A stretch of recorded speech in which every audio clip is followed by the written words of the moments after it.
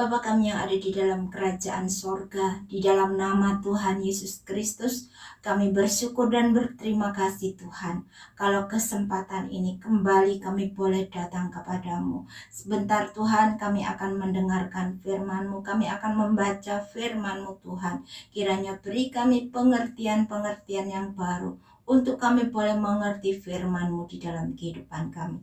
Terima kasih Bapa, terima kasih Tuhan. Kami sambut firman-Mu hanya di dalam nama Tuhan Yesus Kristus yang menjadi Tuhan dan Juru Selamat kami. Kami sudah berdoa dan mengucap syukur. Haleluya, amin. Puji Tuhan saudara, saya mengajak kita sekalian untuk membaca firman Tuhan. Dan saya akan memulai dari Injil Matius. Kita akan membaca 3 pasal. Injil Matius pasal yang pertama. Silsilah Yesus Kristus. Inilah silsilah Yesus Kristus, anak Daud, anak Abraham. Abraham memperanakkan Ishak. Ishak memperanakkan Yakub. Yakub memperanakkan Yehuda dan saudara-saudaranya. Yehuda memperanakkan Peres dan Serah dari Tamar. Peres memperanakkan Hesron. Hesron memperanakkan Ram. Ram memperanakkan Aminadab. Aminadab memperanakkan Nahason. Nahason memperanakkan Salmon. Salmon memperanakkan Boas dari Rahab. Boas memperanakkan Obed dari Rut. Obed memperanakkan Isai. Isai memperanakkan Raja Daud. Daud memperanakkan Salomo dari istri Uria. Salomo memperanakkan Rehabiam. Rehabiam memperanakkan Abia. Abia memperanakkan Asa. Asa memperanakkan Yosafat. Yosafat memperanakkan Yoram. Yoram memperanakkan Usia. Usia memperanakkan Yotam. Yotam memperanakkan Ahaz. Ahaz memperanakkan Hizkia. Hizkia memperanakkan Manasye. Manasye memperanakkan Amon. Amon memperanakkan Yosia. Yosia memperanakkan Yehonya dan saudara-saudaranya pada waktu pembuangan ke Babel. Sesudah pembuangan ke Babel, Yehonya memperanakkan Sealtiel. Sealtiel memperanakkan Zerubabel. Zerubabel memperanakkan Abihud. Abihud memperanakkan Eliakim. Eliakim memperanakkan Asor. Asor memperanakkan Sadok. Sadok memperanakkan Akim. Akim memperanakkan Eliud. Eliud memperanakkan Eliasar. Eliasar memperanakkan Matan. Matan memperanakkan Yakub. Yakub memperanakkan Yusuf, suami Maria, yang melahirkan Yesus yang disebut Kristus. Jadi seluruhnya ada 14 keturunan dari Abraham sampai Daud. 14 keturunan dari Daud sampai pembuangan ke Babel. Dan 14 keturunan dari pembuangan ke Babel sampai Kristus. Kelahiran Yesus Kristus. Kelahiran Yesus Kristus adalah seperti berikut. Pada waktu Maria, ibunya bertunangan dengan Yusuf, ternyata ia mengandung dari Roh Kudus sebelum mereka hidup sebagai suami istri. Karena Yusuf suaminya seorang yang tulus hati dan tidak mau mencemarkan nama istrinya di muka umum, ia bermaksud menceraikannya dengan diam-diam. Tapi ketika ia mempertimbangkan maksud itu, malaikat Tuhan nampak kepadanya dalam mimpi dan berkata, "Yusuf, anak Daud, janganlah engkau takut mengambil Maria sebagai istrimu, sebab anak yang di dalam kandungannya adalah dari Roh Kudus. Ia akan melahirkan anak laki-laki dan engkau akan menamakan dia Yesus, karena dialah yang akan menyelamatkan umatnya dari dosa mereka." Hal itu terjadi supaya genaplah yang difirmankan Tuhan oleh Nabi. Sesungguhnya anak darah itu akan mengandung dan melahirkan seorang anak laki-laki, dan mereka akan menamakan dia Immanuel, yang berarti Allah menyertai kita. Sesudah bangun dari tidurnya, Yusuf berbuat seperti yang diperintahkan malaikat Tuhan itu kepadanya. Ia mengambil Maria sebagai istrinya, tetapi tidak bersetubuh dengan dia sampai ia melahirkan anaknya laki-laki, dan Yusuf menamakan dia Yesus. Orang-orang Majus dari timur. Sesudah Yesus dilahirkan di Bethlehem di tanah Yudea pada zaman Raja Herodes, datanglah orang-orang Majus dari timur ke Yerusalem dan bertanya-tanya, di manakah dia, raja orang Yahudi yang baru dilahirkan itu? Kami telah melihat bintangnya di timur dan kami datang untuk menyembah dia. Ketika Raja Herodes mendengar hal itu, terkejutlah ia beserta seluruh Yerusalem. Maka dikumpulkannya semua imam kepala dan ahli Taurat bangsa Yahudi, lalu dimintanya keterangan dari mereka di mana Mesias akan dilahirkan.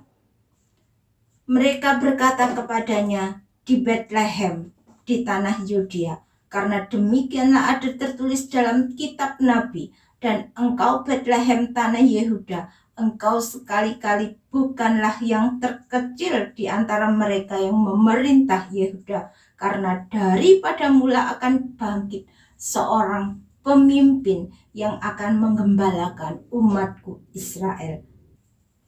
Lalu dengan diam-diam Herodes memanggil orang-orang Majus itu dan dengan teliti bertanya kepada mereka bila mana bintang itu nampak. Kemudian ia menyuruh mereka ke Bethlehem, katanya, pergi dan selidikilah dengan seksama hal-hal mengenai anak itu, dan segera sudah kamu menemukan dia, kabarkanlah kepadaku supaya aku pun datang menyembah dia. Setelah mendengar kata-kata raja itu, berangkatlah mereka, dan lihatlah bintang yang mereka lihat di timur itu mendahului mereka hingga tiba dan berhenti di atas tempat di mana anak itu berada. Ketika mereka melihat bintang itu, sangat bersukacitalah mereka. Maka masuklah mereka ke dalam kemah itu dan melihat anak itu bersama Maria ibunya, lalu sujud menyembah dia. Mereka pun membuka tempat harta bendanya dan mempersembahkan persembahan kepadanya, yaitu emas, kemenyan, dan mur. Dan karena diperingatkan dalam mimpi supaya jangan kembali kepada Herodes, maka pulanglah mereka ke negerinya melalui jalan lain. Penyingkiran ke Mesir. Setelah orang-orang Majus itu berangkat, nampaklah malaikat Tuhan kepada Yusuf dalam mimpi dan berkata, bangunlah, ambillah anak itu serta ibunya, larilah ke Mesir dan tinggallah di sana sampai aku berfirman kepadamu, karena Herodes akan mencari anak itu untuk membunuh dia. Maka Yusuf pun bangunlah, diambilnya anak itu serta ibunya malam itu juga, lalu menyingkir ke Mesir dan tinggal di sana hingga Herodes mati. Hal itu terjadi supaya genaplah yang difirmankan Tuhan oleh Nabi, dari Mesir kupanggil anakku. Pembunuhan anak-anak di Bethlehem. Ketika Herodes tahu bahwa ia telah diperdayakan oleh orang-orang Majus itu, ia sangat marah. Lalu ia menyuruh membunuh semua anak di Bethlehem dan sekitarnya, yaitu anak-anak yang berumur 2 tahun ke bawah, sesuai dengan waktu yang dapat diketahuinya dari orang-orang Majus itu. Dengan demikian, genaplah firman yang disampaikan oleh Nabi Yeremia. Terdengarlah suara di Rama, tangis dan ratap yang amat sedih. Rahel menangisi anak-anaknya, dan ia tidak mau dihibur, sebab mereka tidak ada lagi kembali dari Mesir. Setelah Herodes mati, nampaklah malaikat Tuhan kepada Yusuf dalam mimpi di Mesir.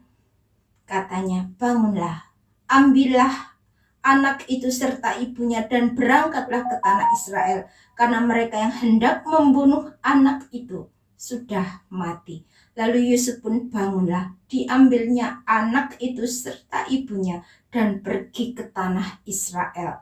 Tetapi setelah didengarnya bahwa Arkelos menjadi raja di Yudea menggantikan Herodes ayahnya, ia takut ke sana karena dinasehati dalam mimpi. Pergilah Yusuf ke daerah Galilea. Setibanya di sana, ia pun tinggal di sebuah kota yang bernama Nazaret. Hal itu terjadi supaya genaplah firman yang disampaikan oleh nabi-nabi bahwa ia akan disebut orang Nazaret.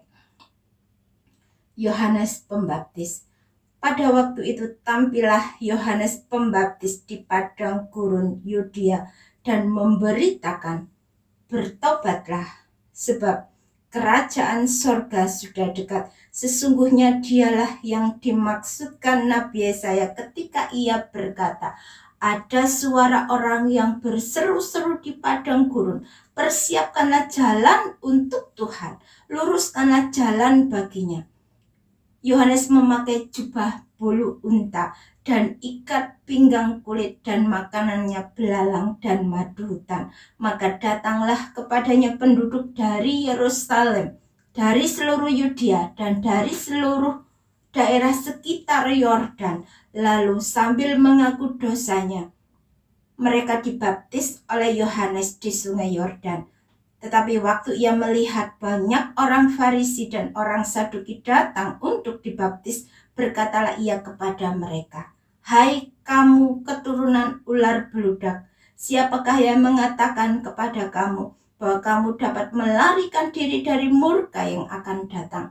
Jadi hasilkanlah buah yang sesuai dengan pertobatan, dan janganlah mengira bahwa kamu dapat berkata dalam hatimu, Abraham adalah bapa kami.